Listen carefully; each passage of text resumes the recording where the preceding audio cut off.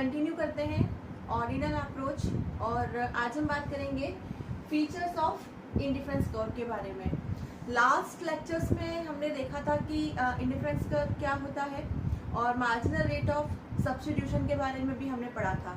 से indifference curve is a graphical presentation of combinations of two commodities which gives equal satisfaction to the consumer.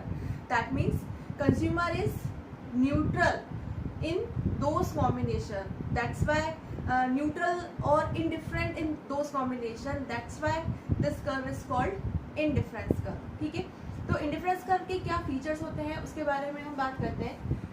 The first feature of indifference curve is the indifference curve is the downward sloping curve. ठीक है, indifference curve क्या है? एक downward sloping curve है। इसको कैसे present कर सकते हैं? डाउनवर्ड स्लोपिंग को कैसे प्रेजेंट कर सकते हैं? X commodity on X axis and Y commodity on Y axis. ठीक है, and this is indifference curve. So what is the slope of indifference curve? The indifference curve is downward sloping. ठीक है, and why the indifference curve is a downward sloping curve? Because there is a inverse relationship between x and y commodities. If we want to increase units of x commodity, we have to sacrifice some units of y commodities because resources are limited. That's why there is a inverse relationship, negative relationship between x and y commodity. That's why the slope of indifference curve is downward slope. That is the first feature of indifference curve. The second feature of indifference curve is convex towards origin. Convexity को कैसे show करेंगे? एक indifference curve बना के show करते हैं। ऐसे भी same, on X axis there is a X commodity and on Y axis there is a Y commodity and this is indifference curve. This is convex towards origin. ठीक है, ये अंदर की तरफ आ रहा है और ओरिजिन की तरफ आ रहा है। This is convexity, this is convex towards origin. Why indifference curve is convex towards origin? Because of marginal rate of substitution. और मार्जिनल रेट ऑफ सब्स्टिट्यूशन भी कौन सी? डिमिनिशिंग। ठीक है, due to diminishing rate of marginal rate of substitution the slope of the indifference curve is convex towards origin. The next feature of indifference curve is indifference curve. Say higher the indifference curve, higher the level of satisfaction. ठीक है, इसका meaning क्या हुआ? से indifference curve to commodities से मिलने वाले satisfaction को रिप्रेजेंट करता है ना। तो जितना हम हायर साइड पर जाएंगे उतना ही इंडिफरेंस कर्व्स पे जो सेटिस्फैक्शन का लेवल होगा वो बढ़ता जाएगा। तो इसे कैसे रिप्रेजेंट कर सकते हैं? एक्स एक्सिस पर X commodity and on Y axis there is a Y commodity. ठीक है, there are three indifferences curve, IC1, IC2 and IC3. ठीक है, तो एक चीज देखिएगा, जब हम एक से ज्यादा इंडिफरेंस कर्व एक ही ग्राफ पर प्रेजेंट करते हैं तो इस तरह के प्रेजेंटेशन को हम इंडिफरेंस मैप बोलते हैं। ठीक है, ये इंडिफरेंस मैप बनाया है मैंने। जब हम एक से ज्यादा कर्व को एक ही ग्राफ पर रिप्रेजेंट करते हैं that is called indifference curve. अब अगर मैं इंडिफरेंस कर्व की बात करूं तो जो टॉप का इंडिफरेंस कर्व है वो IC3 है, then IC2 and then IC1। तो जैसे जैसे हम हायर साइड पर जाएंगे वैसे वैसे कमोडिटीज की जो यूनिट्स है वो इंक्रीज होती जाएगी, और जितनी ज्यादा होंगी उतना ही कंज्यूमर को सेटिस्फेक्शन भी ज्यादा मिलेगा। That's why higher the indifference curve, higher the level of satisfaction. तो अगर मैं सेटिस्फेक्शन के पॉइंट ऑफ व्यू से लिखूं तो IC1 सबसे ज्यादा, then IC2 and then IC1। ठीक है, that is the feature of indifference curve कि हम जैसे जैसे ऊपर जाएंगे वैसे वैसे लेवल ऑफ सेटिस्फेक्शन बढ़ेगा। किसी भी एक इंडिफरेंस कर्व पर लेवल ऑफ सेटिस्फेक्शन दूसरे इंडिफरेंस कर्व के इक्वल नहीं होगा। ठीक है, तो एक ही कर्व पर जब हम बात करते हैं पॉइंट्स की, एक ही कर्व पर जब हम टू कमोडिटीज की कॉम्बिनेशन की बात करते हैं, तो एक ही कर्व पर आने वाले combination same level of satisfaction देते हैं। लेकिन हम जैसे जैसे इंडिफरेंस कर्व पे ऊपर की तरफ जाते हैं वैसे वैसे, यानी there is a shifting in indifference curve, तो जैसे जैसे हम ऊपर की तरफ शिफ्ट होंगे वैसे वैसे लेवल ऑफ सेटिस्फेक्शन भी क्या होगा, इंक्रीज होगा। तो हम पैरेलल एक और फीचर पढ़ सकते हैं, दैट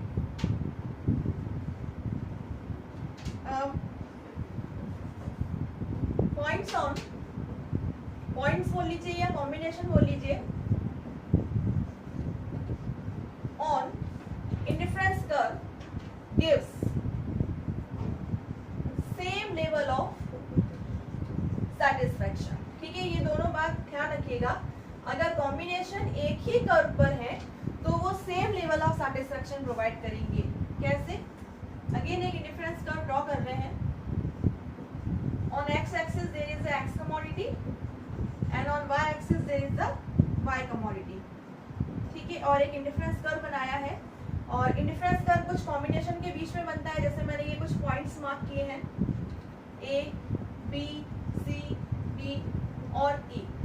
तो एक ही कर्व पर आने वाले सारे कॉम्बिनेशंस क्या देते हैं, कंज्यूमर को सेम लेवल ऑफ सेटिस्फेक्शन। इसीलिए तो कंज्यूमर इन सारे कॉम्बिनेशन में क्या है, इनडिफरेंट है, न्यूट्रल है। इसीलिए इस प्रेजेंटेशन को इंडिफरेंस कर्व बोलते हैं। लेकिन जैसे जैसे हम हायर साइड पर जाएंगे वैसे वैसे लेवल ऑफ सेटिस्फेक्शन क्या होने लगेगा, इंक्रीज होने लगेगा। तो अगर मैं सेटिस्फेक्शन के पॉइंट ऑफ व्यू से बात करूं तो A equal to B equal to C equal to D equal to E. All combination gives same level of satisfaction. There are some more features of indifference curve, such as indifference curve need not to be parallel. ठीक है, जरूरी नहीं है कि indifference curve आपस में क्या हो, पैरेलल हो। वो पैरेलल हो भी सकते हैं और नहीं भी हो सकते। ठीक है, कैसे प्रेजेंट करेंगे इसको? अगेन हम एक इंडिफरेंस कर्व बना रहे हैं, एक से ज्यादा इंडिफरेंस कर्व बना रहे हैं, दैट मींस हम एक इंडिफरेंस मैप बना रहे हैं। IC1, IC2, IC3। ठीक है, तो ये जरूरी नहीं है कि इंडिफरेंस कर्व आपस में पैरेलल ही हो। इंडिफरेंस कर्व पैरेलल हो भी सकते हैं और नहीं भी, पर ध्यान रखिएगा ये कभी भी एक दूसरे को इंटरसेक्ट नहीं कर पाएंगे, कभी भी एक दूसरे को टच नहीं कर पाएंगे, because higher the indifference curve higher the level of satisfaction. तो ये पैरेलल हो भी सकते हैं और नहीं भी हो सकते। अगर ये पैरेलल है तो क्यों है? हो सकता है कि दो इंडिफरेंस कर्व की जो MRS है वो इक्वल आ रही हो। ठीक है, मार्जिनल रेट ऑफ सब्स्टिट्यूशन से इसकी भी 54321 है, और अगर इसके कोई पैरेलल है तो उसकी भी 54321 आ रही है, तो दोनों पैरेलल बन जाएंगे। लेकिन अगर एक की MRS 54321 है और दूसरे की 631 इस तरह से है, तो डाउनवर्ड ही ना है, तो डिमिनिशिंग ही, लेकिन उसके डिक्रीज होने का पैटर्न अलग है। तो अगर MRS इक्वल है तो इंडिफरेंस कर्व पैरेलल होंगे, और अगर MRS इक्वल नहीं है तो इंडिफरेंस कर्व नॉट पैरेलल होंगे। ठीक है, तो ऐसा जरूरी नहीं है कि इंडिफरेंस कर्व पैरेलल हो, ये डिपेंड करेगा मार्जिनल रेट ऑफ सब्स्टिट्यूशन पर। If MRS is equal then curves will be parallel. If MRS is not equal then curves need not to be parallel. Okay? कुछ और इसके फीचर्स हैं। जैसे हम बात करें, अगर ये x और y कमोडिटीज जिसके बीच में हम इंडिफरेंस कर्व बना रहे हैं, if x and y both are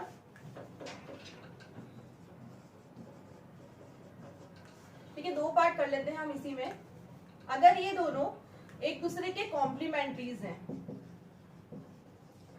x और वाई गुड्स एक दूसरे के कॉम्प्लीमेंट्री गुड्स हैं, तो जो इंडिफरेंस कर्व बनेगा उसका शेप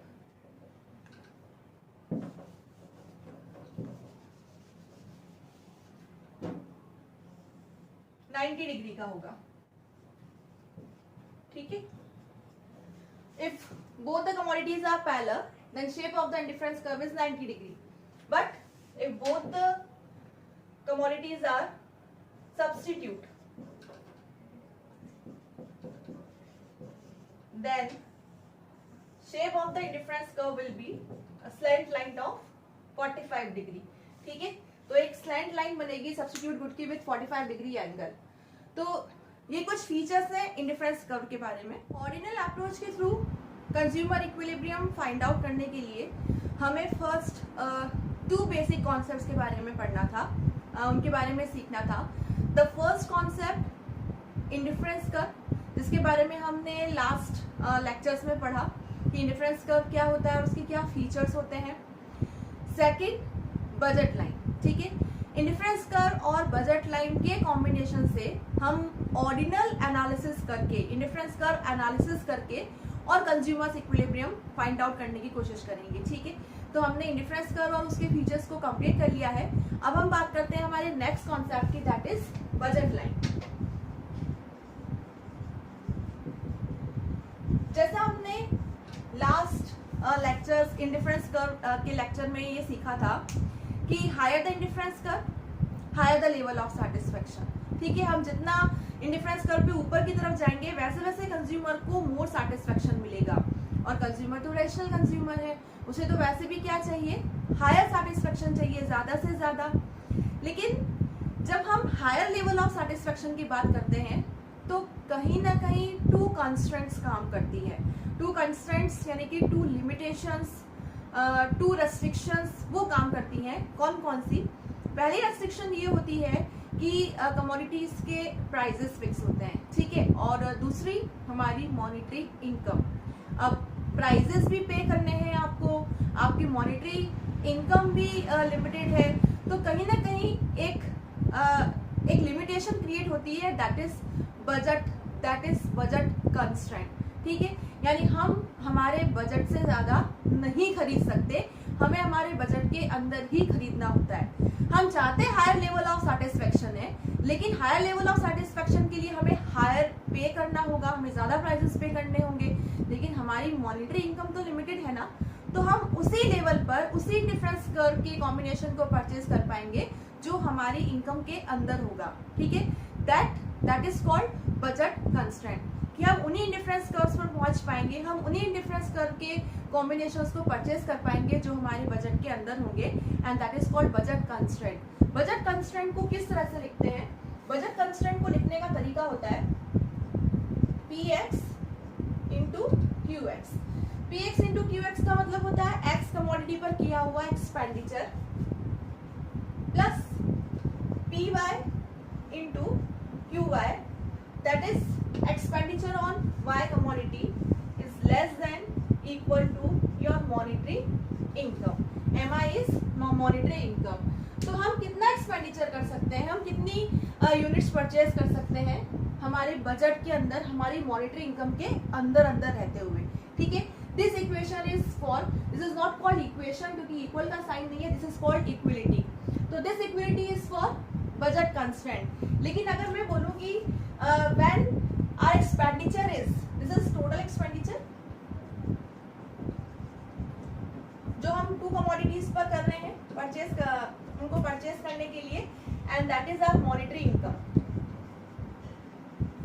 तो हमारा जो एक्सपेंडिचर है वो ज्यादा से ज्यादा मॉनिटरी इनकम के बराबर हो सकता है और उससे कम, हम उससे ज्यादा एक्सपेंडिचर नहीं कर सकते। This is budget constraint, this is budget limitation. लेकिन जब मैं आपसे बोलूं कि if our expenditure on 2 commodities is exactly equal to monetary income, ठीक है, this equation, यहाँ equal का साइन लगा है, that's why it is called equation. This equation is of budget line. बोलते हैं बजट लाइन। ठीक है, तो what is budget line? Budget line is a combination of those commodities, a combination of those units where our total expenditure is exactly equal to our monetary income। यानी हमने जो expenditure किया है वो कितना किया है, exact equal to monetary income. That presentation, that graphical presentation of consumption bundles of two commodities is called budget line. लेकिन जब हम बोले कि हम कितना एक्सपेंडिचर कर सकते हैं, हम हमारा एक्सपेंडिचर कितना कर सकते हैं मॉनेटरी इनकम के अंदर रहते हुए, that is our budget limitation, that is called, this equality is called budget constraint. This is called budget constraint.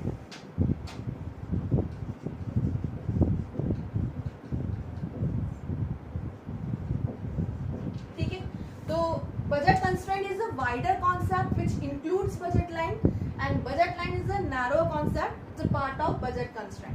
तो हम बात करते हैं कि बजट लाइन कैसे बनती है, इसको हम एक शेड्यूल से और कर्व बना के सीखते हैं। So what is the budget line? Budget line is a graphical presentation of all those combination of two goods which the consumer can buy spending his entire monetary income at their given prices। ठीक है, तो simply जब consumer अपनी entire monetary income को spend करके और जो units to commodities की परचेज करता है, उन कॉम्बिनेशंस को जब हम ग्राफिकली प्रेजेंट करते हैं, then that graphical presentation is called budget line. Budget line can be explained with the help of following schedule. Say let the monetary income is ₹100 of the consumer. The price of X commodity is ₹20 and price of Y commodity is ₹10 per unit. All these are hypothetical figures. हमने कुछ combinations लिए हैं, हमने X को बढ़ाया है by 1 और Y का sacrifice किया है because income is limited। ठीक है, देखो अगर हम सिर्फ A परचेज करना चाहते हैं तो Y की वैल्यू कितनी है, 10 रुपीज पर यूनिट है और हमारी इनकम कितनी है, 100। तो जब हम पूरी मॉनेटरी इनकम सिर्फ Y को परचेज करने में स्पेंड करेंगे तो कितनी यूनिट Y की खरीद पाएंगे, 10। उस समय X की क्वांटिटी कितनी रहेगी, 0। अब हम X की एक यूनिट बढ़ाना चाहते हैं, यानी हमने इसके ऊपर कितना स्पेंड कर दिया, 20 रुपीज। अब हमारे पास में कितना बचा, 80 रुपीज। 80 रुपीज में आपको क्या परचेज करने हैं, Y।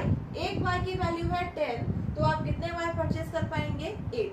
तो जैसे जैसे हम X को इंक्रीज करेंगे वैसे वैसे हमें Y का सेक्रीफाइस करना होगा, because monetary income is limited. अगर हम 1 से 2 पर आते हैं तो 2 इंटू 20, 40 रुपीज तो X में ही खर्च हो गए।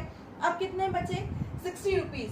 10 रुपीज Y की वैल्यू है तो 60 रुपीज में हम कितने Y खरीद पाएंगे, 6।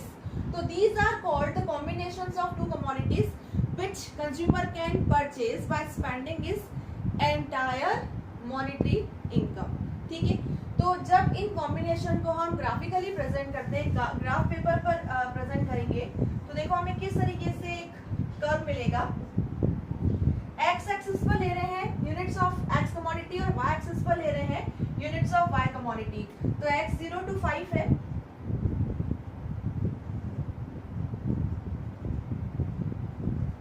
y एक्सिस पर हम ले रहे हैं units of y commodity 2 to 10 है।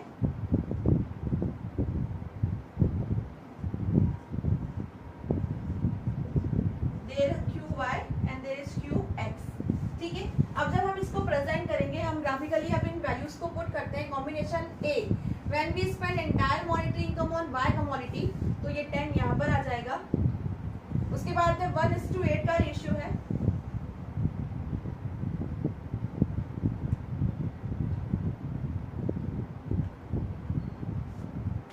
Then 2:6,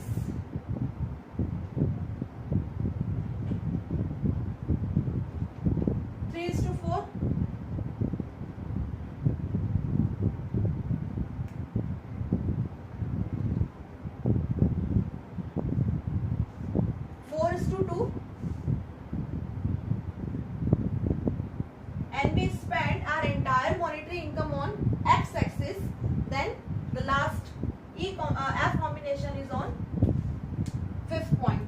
ठीक है, this is A, B,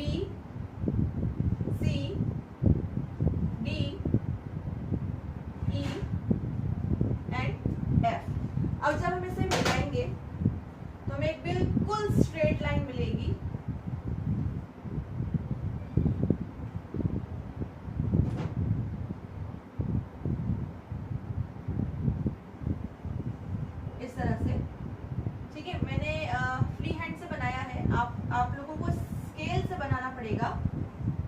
तो इस तरह से ये बिल्कुल एक स्ट्रेट लाइन आएगी। This straight line is called budget line. This is budget line. The equation of budget line is equal to px qx plus py qy is equal to monetary income. ठीक है, तो what is the shape of budget line? The budget line is the downward sloping. Why this is downward sloping? Because there is an inverse relationship between both the commodities. Why there is an inverse relationship between both the commodities? Because the monetary income is limited. ठीक है, तो हम एक को बढ़ाएंगे. If you want to increase the one commodity, units of one commodity, we have to sacrifice the unit of another commodity. ठीक है ना? And the slope of budget line is equal to the slope of budget line is equal to minus px upon py. ठीक है, आप इसको minus px upon py से भी present कर सकते हैं, और जैसा कि स्लोप निकालने का यूनिवर्सल फॉर्मूला होता है delta y upon delta x, आप उससे भी रिप्रेजेंट कर सकते हैं। The slope of budget line is equal to delta y upon delta x। Quantity के टर्म में जाएंगे तो delta y upon delta x है, और प्राइस के टर्म में जाएंगे तो minus px upon py। This minus sign represent that the slope of budget line is negative. It is a negative slope और डाउनवर्ड स्लोप लाइन। ठीक है, तो बजट लाइन पर आने वाले जितने भी कॉम्बिनेशन है, जैसे ए बी सी डी और ई, ये क्या प्रेजेंट करते हैं? ये प्रेजेंट करते हैं कि इन पॉइंट्स पर, इन कॉम्बिनेशन पर कंज्यूमर कितना स्पेंड कर रहा है, उसके इंटायर इनकम के बराबर स्पेंड कर रहा है। लेकिन मान लीजिए कि आप किसी अंदर के कॉम्बिनेशन पर हैं, किसी भी कॉम्बिनेशन पर, मान लीजिए कोई पॉइंट है जी, वो बजट लाइन के अंदर की तरफ आ रहा है, हम इस कॉम्बिनेशन को अटेंड कर सकते हैं, हम इस कॉम्बिनेशन को परचेज कर सकते हैं।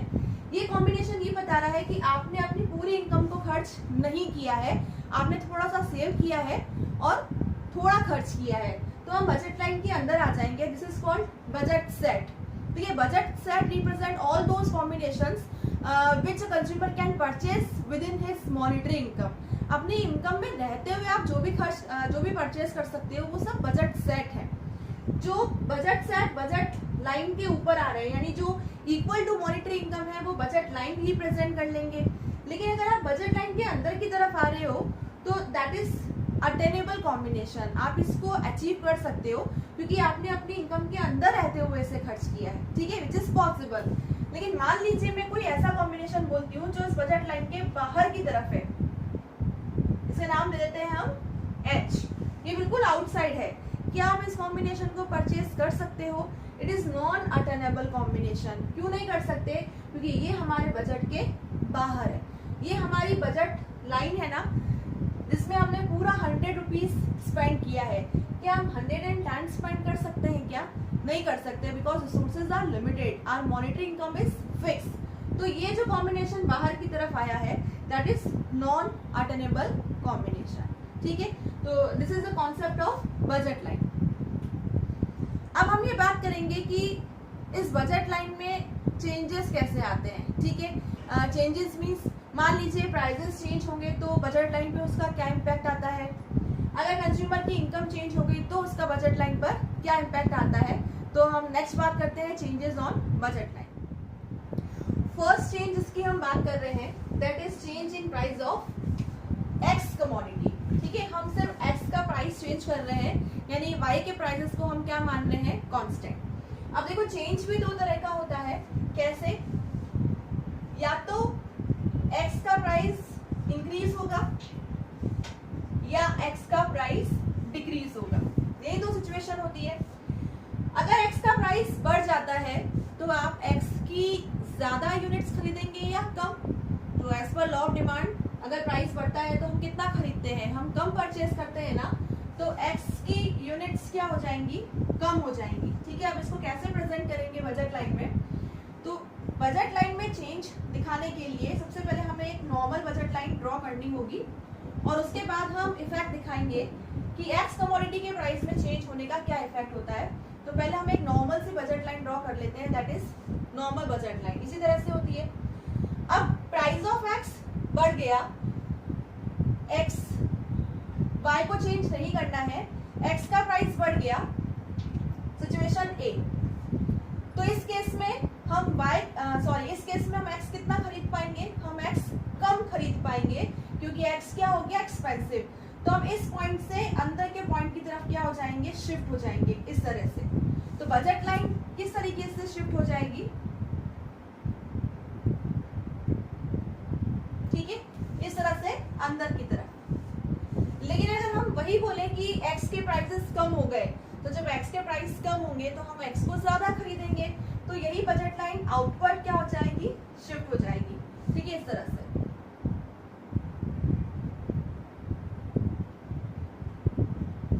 तो जो न्यू बजट लाइन है उनको मैंने डॉटेड शो किया है, that is the change in price of X commodity. If there is a increase in price of X commodity, we purchase the less units of X commodity, then budget line shifted to leftward. And if there is a fall in price of X commodity, we purchase more units of X commodity, then the budget line shifted towards right, ठीक है। तो अगर X के बाद अगर हम Y की बात करें, अब हम Y के प्राइसेस को चेंज करते हैं और X को क्या रखेंगे हम, कांस्टेंट। इस केस में हमने Y को कांस्टेंट रखा था, Y में कोई चेंज नहीं है। सेकंड केस की हम बात करें, तो सेकंड केस में हम चेंज किसको कर रहे हैं, change in price of Y commodity, ठीक है। सेम चेंजेस दो तरह के होंगे,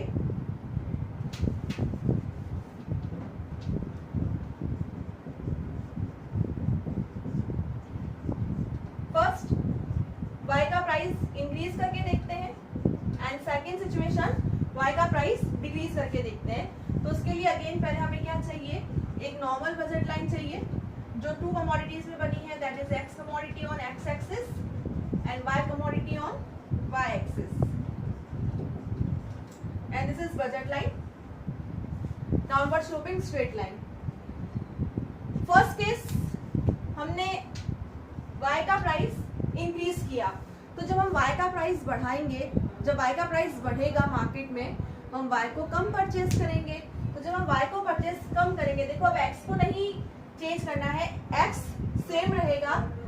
जब हम Y को कम परचेज करेंगे, क्योंकि Y महंगा हो गया, तो हम इस तरह से डाउनवर्ड शिफ्ट हो जाएंगे, इस तरह से हम अंदर की तरफ, नीचे की तरफ शिफ्ट हो जाएंगे, ठीक है। और अगर प्राइस Y का प्राइस कम हो जाता है, that is the situation of B, तो हम Y की यूनिट ज्यादा खरीदेंगे, तो इस तरीके से हम अपवर्ड शिफ्ट हो जाएंगे और X को चेंज नहीं करना है, ठीक है। X सेम रहेगा, चेंज किस पर आएगा, Y एक्सिस पर। There is a upward shifting on Y axis and there is a downward shifting on Y axis, ठीक है। तो this is the change in price of X and Y commodity. But what if अगर consumer की income ही change हो जाए, तो income के चेंज होने का बजट लाइन पर क्या इम्पैक्ट आएगा, उसकी बात करते हैं। फर्स्ट हम कंज्यूमर की इनकम को इंक्रीज करके बजट लाइन पर इफेक्ट देखेंगे, देन डिक्रीज करके, ठीक है। तो there are two cases, first we increase the income of the consumer and then decrease. तो जब कंज्यूमर की इनकम बढ़ जाएगी, तो उसका ओवरऑल कंजम्पशन क्या हो जाएगा, इंक्रीज हो जाएगा। ओवरऑल मतलब वो X की भी ज्यादा यूनिट खरीदेगा और Y की भी। तो what will be the effect on budget line, so first we draw the original budget line. अब कंज्यूमर की इनकम बढ़ गई है, वो दोनों का कंजम्पशन इंक्रीज करेगा।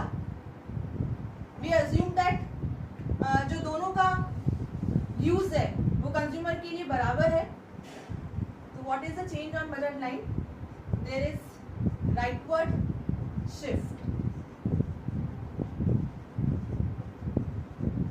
इन द केस ऑफ ए। लेकिन वही सेम हम बात करें कि अगर कंज्यूमर की इनकम कम हो जाती है, तो वो ओवरऑल अपना कंजम्पशन क्या कर देगा, डिक्रीज कर देगा, और बजट लाइन कहाँ शिफ्ट हो जाएगी, लेफ्टवर्ड, ठीक है, अंदर की तरफ या लेफ्टवर्ड। तो ये ओरिजिनल बजट लाइन है। जब वो दोनों का कंजम्पशन कम कर देगा, तो दोनों अंदर आ जाएंगे पॉइंट्स इस तरह से,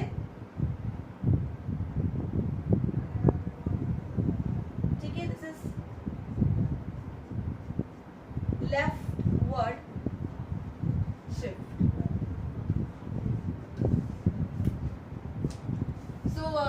this is the change in budget line और price line. Budget line is also called price line.